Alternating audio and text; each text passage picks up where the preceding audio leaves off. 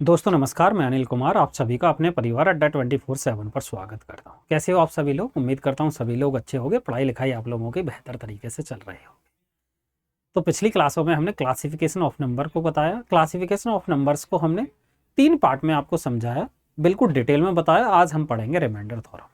Remainder theorem को अच्छे तरीके से समझाएंगे, जितना आपका एग्जाम के पॉइंट ऑफ व्यू सही समझाने वाले हैं, जितना भी आपके एग्जाम में पूछा जाता।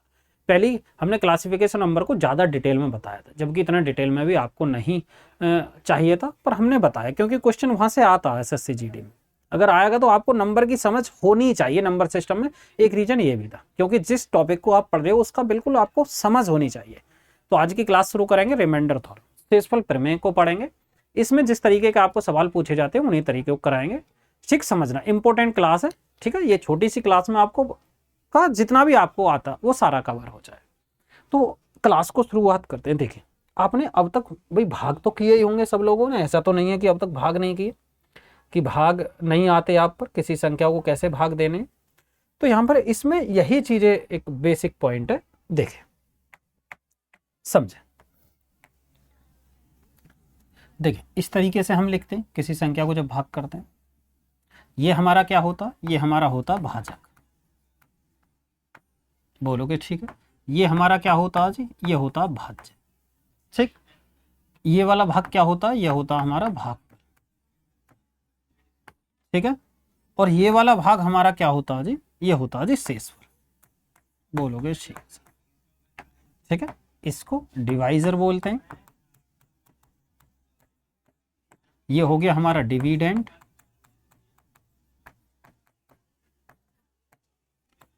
ये हो गया हमारा कोसेंट। ये हो गया जी रिमाइंडर। ठीक है, ये रिमाइंडर हो। अब समझें ये वाला भाज्य हम कैसे निकालते हैं, पहले से समझो। अगर मैं कहूं कि यहां पर भाई कोई भी नंबर है, कोई भी नंबर है, यहां पर अगर हम किसी संख्या से भाग करते हैं तो वो संख्या कैसे निकालते हैं ये समझिए। यानी कि ये जो हमारा डिवाइजर है हम कैसे निकालते हैं जी? भाज्य यानी कि डिवाइजर जो है, डिविडेंड सॉरी, डिविडेंड किसके बराबर होता? भाई डिवाइजर और कोसेंट की गुणा करेंगे। स्पेलिंग पर मत जाना, कभी स्पेलिंग किसी का मैं गलत लिख दूं उस पर मत जाना, समझने पर ध्यान देना। ठीक है, प्लस रिमाइंडर। इस तरीके से ही तो करते हैं। यानी कि भाज्य बराबर जो करते हैं हम वो किसके करते हैं? यानी कि भाजक गुणा भागफल और प्लस का शेषफल, प्लस का शेषफल। इस तरीके से हम संख्या निकालते हैं। अगर किसी संख्या को भाग करते हैं तो भी तो ये चीजें दी हो, आपको भाजक दिया हो, भागफल दिया हो, शेषफल दिया हो, तो भाज्य कैसे निकालेंगे एग्जाम्पल के तौर पर मैं आपको समझाता। जैसे मैंने कहा कोई नंबर है, इसको मैंने 4 से भाग किया तो ये आया जी 3, 3 और शेषफल आ गया 2। ठीक है, तो आपको बतानी है संख्या। संख्या क्या आएगी? तो नंबर हम कैसे निकालेंगे भाई? इस भाजक की हम कोसेंट में गुणा पढ़ेंगे, यानी कि भाजक की भागफल में गुणा करेंगे, यानी कि 4 गुणा 3 और शेषफल को जोड़ देंगे। 4 तिया 12 और 2 14, यानी कि इस तरीके से हम संख्या। समझ में आई बात? बोलोगे ठीक है। अगले पॉइंट पर और चलते हैं। इसके बाद का पॉइंट ये है कि जब भी हम किसी संख्या को भाग करते हैं, यानी कि कोई नंबर है, हमने n लिखा, n को यदि हम किसी संख्या d यानी कि डिवाइजर यानी कि भाजक, मैंने d लिख दिया, इससे भाग करते हैं तो हमारा जो रिमाइंडर आएंगे, रिमाइंडर या तो 0 आएगा या 1 आएगा, 2 आएगा, 3, इस तरीके से आएगा। यानी कि जो रिमाइंडर आएगा वो d से छोटा आएगा, d से छोटा आएगा। d से छोटा क्यों आएगा? आप मैं एक एग्जाम्पल लेगा 3/4, तो 3 को 4 से भाग देंगे तो क्या 4 से भाग दे तो छोटी संख्या, तो ये तो 3 तो रिमाइंडर ही हो गया, यानी कि तो शेषफल ही हो गया। जब शेषफल हो गया तो भाई हम भाग क्यों करेंगे? यानी कि अगर छोटी संख्या को भाग करते हैं हम बड़ी संख्या से तो वही हमारा रिमाइंडर हो जाता, नहीं तो इससे हमेशा छोटा ही आने वाला, इससे हमेशा रिमाइंडर छोटा ही आएगा। कोई भी देख लीजिए, आपने कभी रिमाइंडर में देखा कि यहाँ पर जिस संख्या से हम भाग कर रहे हैं वो शेषफल में बना हो, या तो 0 बनेगा या 1 बनेगा या 2 या 3। ठीक है, समझ में आई? तो हम कह सकते हैं कि शेषफल हमेशा भाजक से छोटा होता। एक नोट पॉइंट लिख सकते हो, यानी कि जो हमारा शेषफल है, शेषफल यानी कि रिमाइंडर हमारा भागफल से हमेशा छोटा होता, भाजक से डिवाइजर से हमेशा छोटा होता, हमेशा छोटा होता। ठीक है जी, बोलोगे ठीक है। यानी कि जो हमारा रिमाइंडर है, या ऐसा कर सकते हैं हमारा जो डिवाइजर है वो हमेशा रिमाइंडर से बड़ा होगा।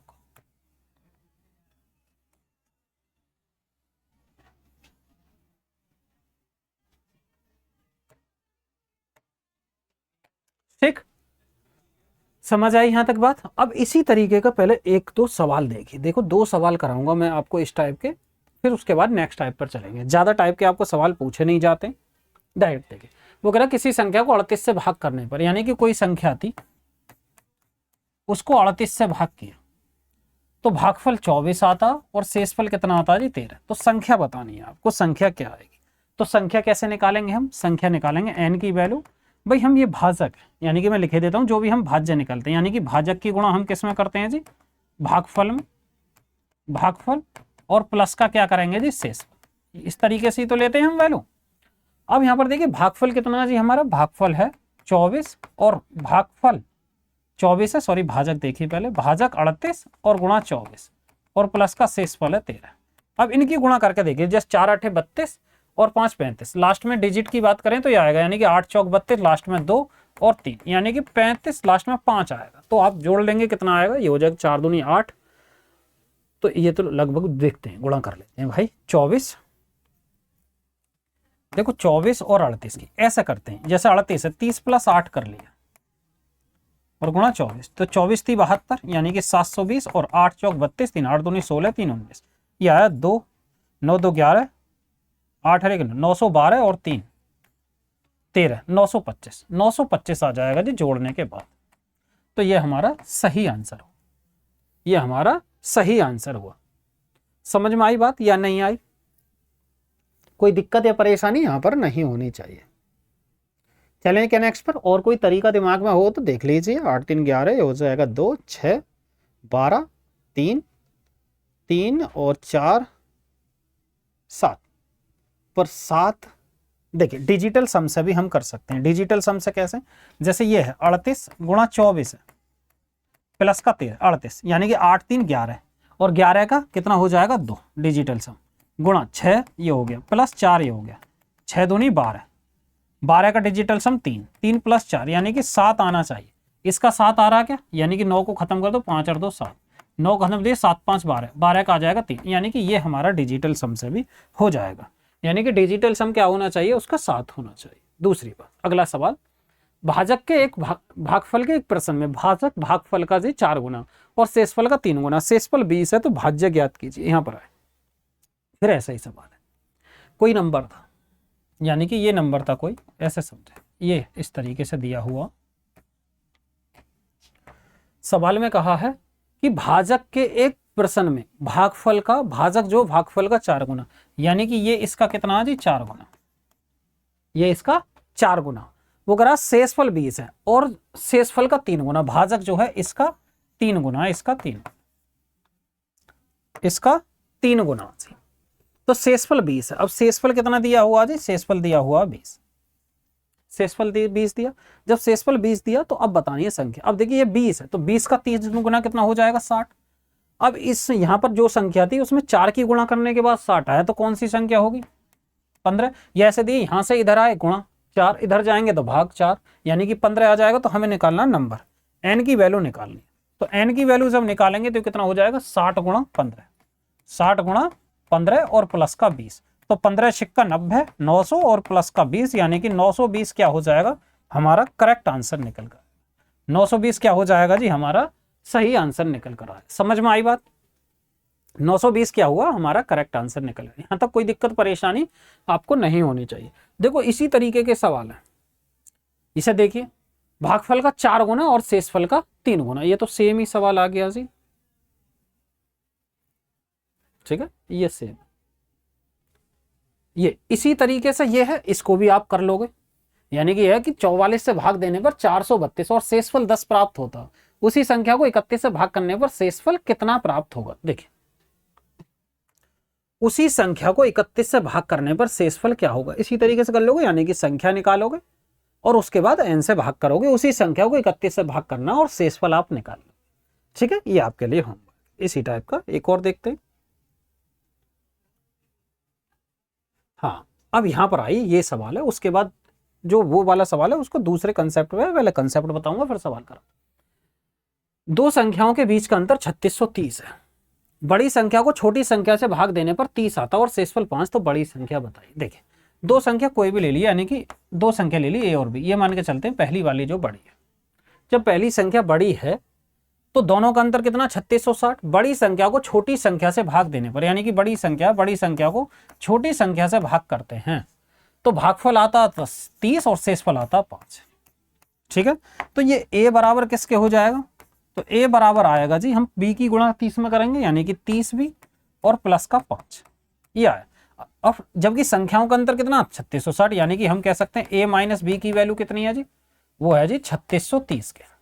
संख्याओं का अंतर ये दिया, a की वैल्यू इसमें रख दीजिए, जब इसमें रखेंगे 30b प्लस का 5 और माइनस का b बराबर 3630, तो इधर बचेगा 29b और 29b और 5 उधर घटा देंगे, आ जाएगा 3625। 3625। अब 3625 कितनी बार जाएगा ये देख लेते हैं भाई। 3625 अगर हम 29 से भाग करते हैं, एक कितना बचा जी, 16 में से 9 गए 7 और ये हो गए 19 दूनी 19 थी 57, नहीं 29 दूनी 58 ले लेंगे, 58, 19 का नहीं 29 का। 12 में से 8 गए 4 और ये कितना बचा जी 1 और 5, यानी कि 29 पंजे 145, 125 बार गया 29 से ये 125, यानी कि b की वैल्यू जो निकल कर आई वो 125 निकल कर आई। सवाल में पूछा क्या है, सवाल में पूछा है जी बड़ी संख्या, बड़ी संख्या तो a है। अब a की वैल्यू कैसे निकालेंगे, a की वैल्यू इसमें रख देंगे, b का मान 125, यानी कि ये 30 गुणा 125 और प्लस का कितना हो जाएगा 5। समझ में आ रही बात।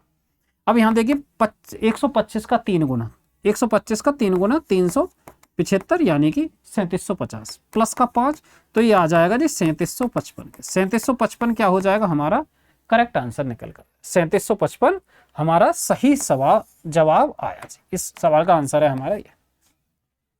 समझ आई बात। इस तरीके का सवाल आपके एग्जाम में पूछा जाता। उसके बाद ये कंसेप्ट दूसरा है, देखिए इससे थोड़ा यहां लेकर आए इसको, ये संख्या आप कर लोगे, इसके बाद यहां पर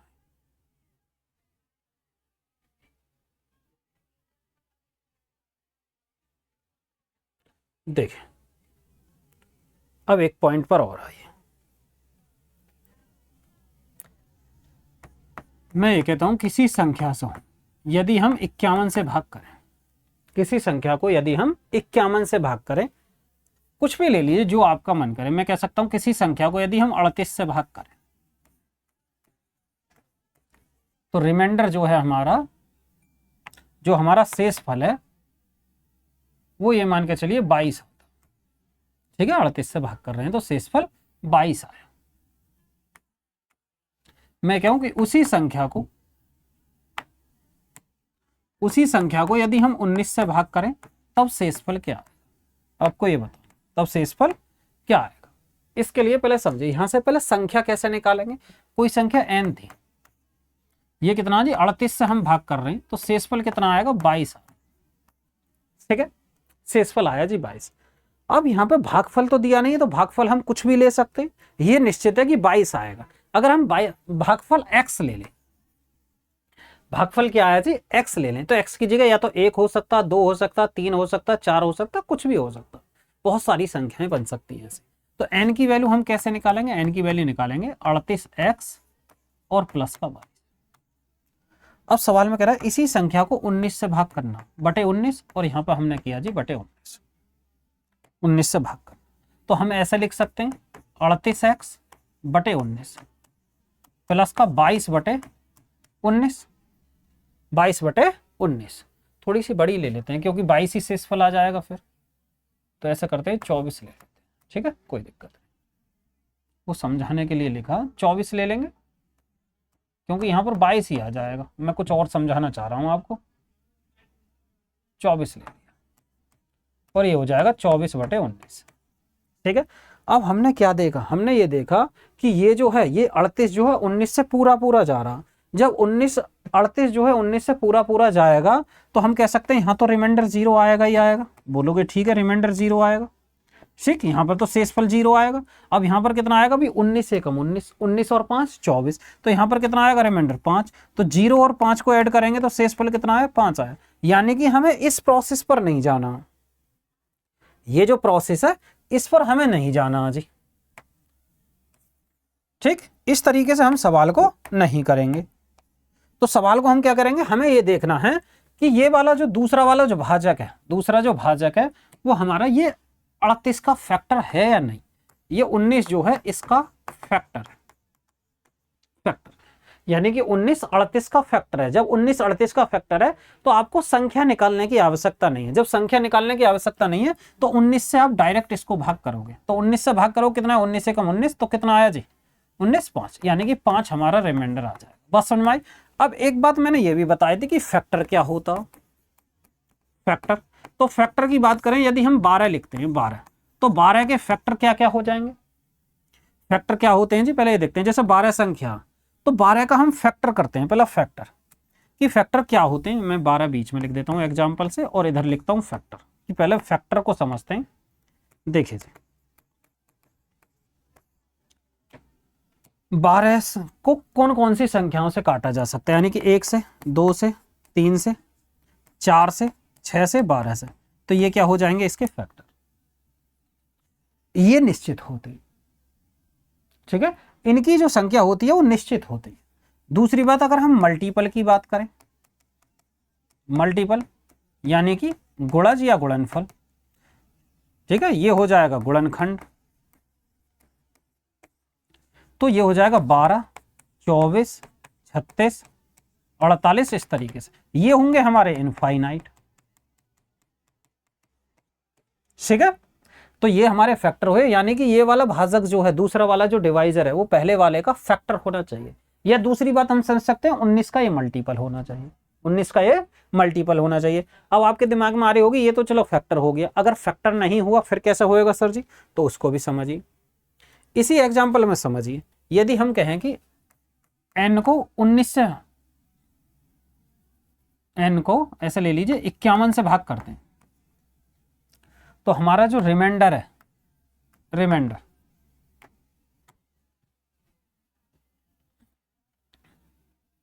17 आता, 17। तो मैं कहूं इसी संख्या को 9 से भाग किया जाए तो रिमाइंडर क्या आएगा, इसी बात को समझें। तो हम सबसे पहले क्या करेंगे, संख्या निकालने की कोशिश करेंगे। बिल्कुल बेसिक पर आइए कि n था और हमने 51 से भाग किया तो शेषफल कितना आया जी, 17। अब यहां पर हमने ले लिया x, क्योंकि भाजक नहीं दिया, x की जगह 1 2 3 4 कुछ भी हो सकता। तो n की वैल्यू हम कैसे निकालेंगे, n की वैल्यू निकालेंगे जी इस 51 की गुणा x में करेंगे और प्लस का 17। बोलोगे ठीक है। अब यहां पर आइए, हमें करना है भाग 9 से, बटे 9 करेंगे और इधर भी 9 लिख सकते हैं, ठीक। तो 51 बटे 51 x बटे 9 और प्लस का 17 बटे 9, इस तरीके हम लिख सकते हैं। अब सोचने वाली बात यह है कि ये जो है 9 से क्या कट रहा है, 51 9 से नहीं जाएगा, यानी कि 9 51 का फैक्टर है नहीं, यानी कि 9 से ये पूर्णतः विभक्त नहीं हो सकता। जब 9 से पूर्णतः विभक्त नहीं होगा 51, चाहे x की जगह कुछ भी सही, हमें इस चीज से कोई मतलब नहीं है। तो हम यहां पर तो रिमाइंडर निकाल ही नहीं सकते।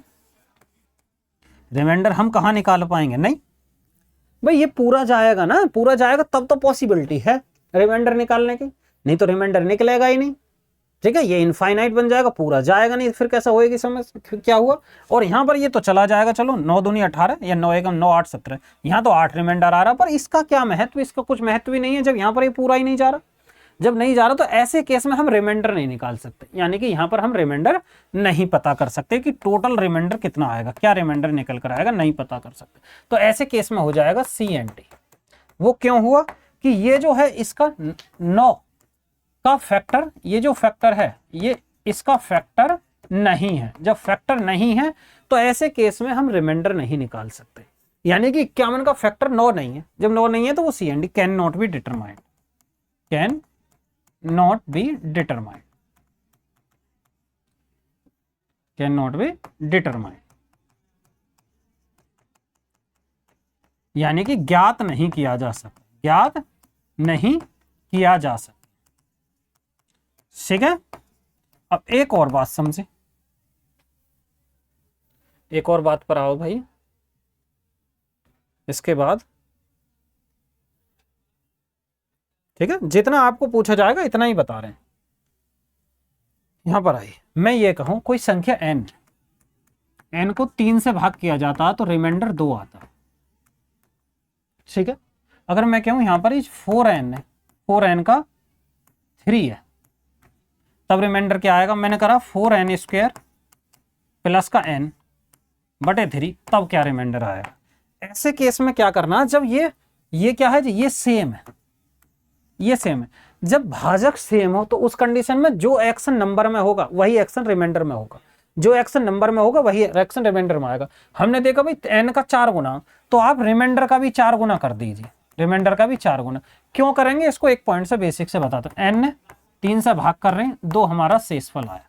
यहाँ पर x ले लेते हैं, तो n की वैल्यू कैसे निकालेंगे? n की वैल्यू लेंगे भाई 3 की गुणा इसमें करेंगे, 3x प्लस 2 आएगा। बोलोगे ठीक है, n को अब n का हमें कितना करना? 4 गुना, तो 4n करना। जब 4n करना है तो 4 तिया 12x और प्लस का 4 दूनी 8, इस 4 की अंदर गुणा हो जाएगी। 3 से अब भी डिवाइड कर रहे हैं, 3 से डिवाइड, तो हो जाएगा 12x बटे 3 प्लस का 8 बटे 3। यानी कि ये संख्या तो जब भी 4 का मल्टीपल है, तो यानी कि ये तो 3 से कट ही रहा है। ये वाली जो संख्या 3 से, यानी कि 3x जो थी पहली वाली संख्या, जो n की वैल्यू थी, यानी कि 3x जो वो 3 तो 3 से पूरा पूरा जा रहा, तो 3 का आप कितना ही भी गुना कर लो, 3 का आप कितना ही भी गुना कर लो, वो 3 से जाएगा ही जाएगा। जब ये 3 चलेगी तो आप इसमें कितने की गुणा कर लीजिए, तो वो 3 से जाएगा ही जाएगा, यानी कि 8 बटे 3। तो इसका भी डबल हो जाएगा, इसमें से रिमाइंडर का ही डबल कर देंगे 8, यानी कि 8 और 8 को 3 से भाग करेंगे तो रिमाइंडर हमारा कितना आ जाएगा जी? वो आ जाएगा 2। समझ में आई? इसी तरीके से 4n स्क्वायर प्लस n, जो एक्शन हम संख्या में करेंगे वही एक्शन हम रिमाइंडर में करेंगे, जो एक्शन हम नंबर में करेंगे, जो भी नंबर में हो रहा ऐसी कंडीशन में रिमाइंडर में करेंगे। 4n स्क्वायर यानी कि ये है 2, ये हो जाएगा 2, यानी कि 4n स्क्वायर यानी कि 2 का स्क्वायर हो जाएगा प्लस हो जाएगा n की जगह 2 बटे 3, यानी कि ये हो जाएगा 4 4 चौक 16, 2 18, 18 बटे 3। तो रिमाइंडर ऐसी केस में क्या हो जाएगा? वो 0 हो जाएगा। क्यों? क्योंकि 2 है, यहाँ पर हुआ 4n का स्क्वायर, यानी कि 4 गुणा 2 का स्क्वायर 4, 16 और 2 18, रिमाइंडर आ गया 0। बस मैं ऐसे सवालों को अब देखते हैं जी। पहले सवाल पर आइए, एक संख्या को 645 से विभाजित करने पर 40 शेष रहता, उसी संख्या को 43 भाग करने पर क्या शेषफल आएगा? यहाँ पर आओ, कोई नंबर था, अगर हम उसको 645 से भाग करते हैं तो हमारा रिमाइंडर कितना आता है जी? 40। वो कह रहा है इसी संख्या को किससे भाग करें? 43 से भाग करें, तब रिमाइंडर क्या आएगा? देखिए रिमाइंडर क्या आएगा, अब समझो। ये देखो, ये 645 का फैक्टर है या नहीं? ये फैक्टर है। देखो 15 × 45, 15 चौका 60, 15 × 45 से 15 गुना, यानी कि हम कह सकते हैं का फैक्टर है। ये वाला जो फैक्टर है, जब फैक्टर है तो आप इसको ही भाग कर दिए तो 40 ही रिमाइंडर आ जाएगा, 40 ही रिमाइंडर। क्योंकि हम 40 को अगर 43 से भाग करते हैं तो भाई छोटी संख्या है, तो 40 ही हमारा रिमाइंडर आ जाए। बात समझ में आई? एक और सवाल इसी तरीके से देखते हैं जी। यहां पर आइए, एक धनात्मक संख्या ABC को 13 से भाग किया जाता, 13 से भाग किया जाता, शेषफल क्रम से 9, 7, 10 आते हैं। समझो कोई धनात्मक संख्या जी n, ए को भाग करते हैं किससे जी? हम 13 से, तो हमारा रिमाइंडर आता 9। बी को भाग करते हैं 13 से, तो रिमाइंडर हमारा आता 7। सी को भाग करते हैं 13 से, तो रिमाइंडर हमारा आता है 10। तो सवाल में क्या पूछा? सवाल में ये कह रहा ए प्लस 2b, ए प्लस का 2b प्लस का 5c को 13 से भाग करना। अब समझे, जो एक्शन हम नंबर में करेंगे, ये ए है, ए की वैल्यू कितनी हो जाएगी? 9, तो ए की जगह हम 9 ही कर देंगे, प्लस 2b, तो b की वैल्यू कितनी हो जाएगी? 7, यानी कि 7 दूनी 14, प्लस सी को भाग करते हैं, रिमाइंडर कितना आता है? 10, तो हम करते हैं यहाँ पर कितना? 5c, यानी कि 50 बटे 13। या तो 13 से एक साथ भाग कर दो या वैसे कर दो, देखिए जोड़ कर दिए। 50 और 14 कितना हो जाएगा? 64, 64 और 9, 64 और 9 कितना आया? 9 4 64 और 9, ये हो जाएगा 73। 64 और 9 कितना आया जी? वो 73 आया। 64 64 और 6 जोड़ेंगे 70 और 3 73, 73 बटे 13। अब कितना रिमाइंडर निकल कर आएगा? देखिए 13 चौका 52, 13 6 78, यानी कि 13 चौका 52 लेंगे। 52 यानी कि 52 घटाएंगे तो कितना आएगा? 1 और ये आ जाएगा जी 13 पंजे 65, 13 पंजे 65 लेंगे, 65 ले लीजिए, यानी कि 73 में से आप 65 घटा 8, ये 8 आ गया, 8 हमारा रिमाइंडर हुआ। समझ में आई बात? 8 क्या हो गया जी हमारा रिमाइंडर आ गया 65, या डायरेक्ट 73 में 65 जाएंगे, 8 कर लीजिए, ये आया। तो ये रहे आज की क्लास के सवाल जी। इसी तरीके के सवाल दिए हुए हैं जो आपको करने, इसी तरीके से ये दिया हुआ, ठीक है। कुछ सवाल है इनको आप लगा लेना।